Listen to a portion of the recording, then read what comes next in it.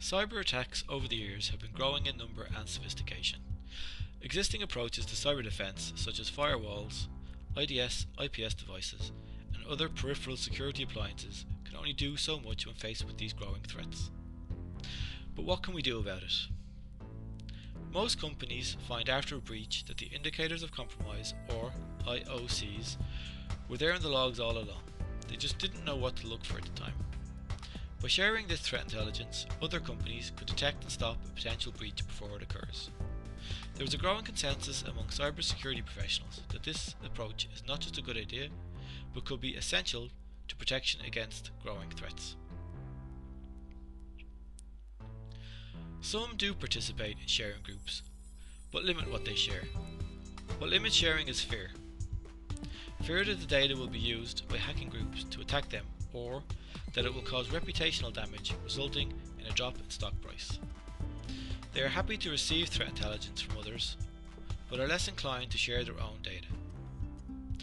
The EU's NIS directive in part tries to tackle this by requiring the sharing of intelligence data between what they call operators of essential services and digital service providers and their national CSIRTs, where the incident will have a significant impact on the continuity of the essential services they provide.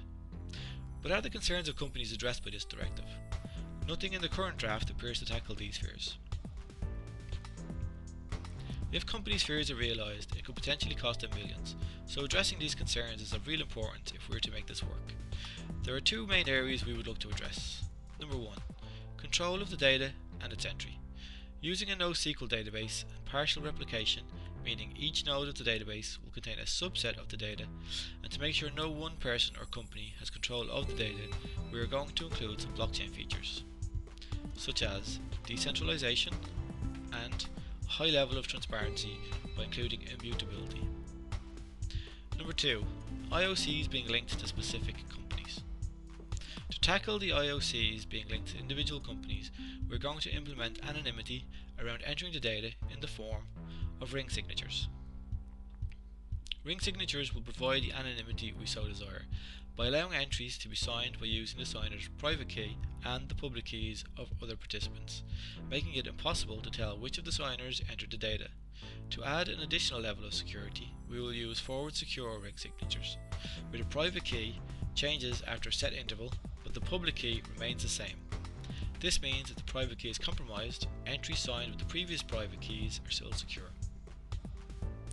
To leverage the data in the database, participants will be able to set their secure devices and SIEMs to poll it at set intervals for newly entered IOCs, allowing them to be up to date within minutes of the data being entered. To quickly recap on the main points.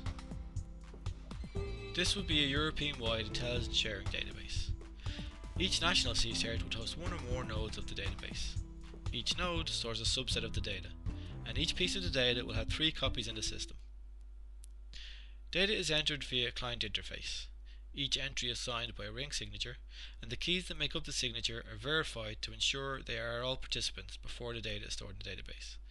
The database itself is a NoSQL database with some blockchain features, and the data is stored in JSON documents.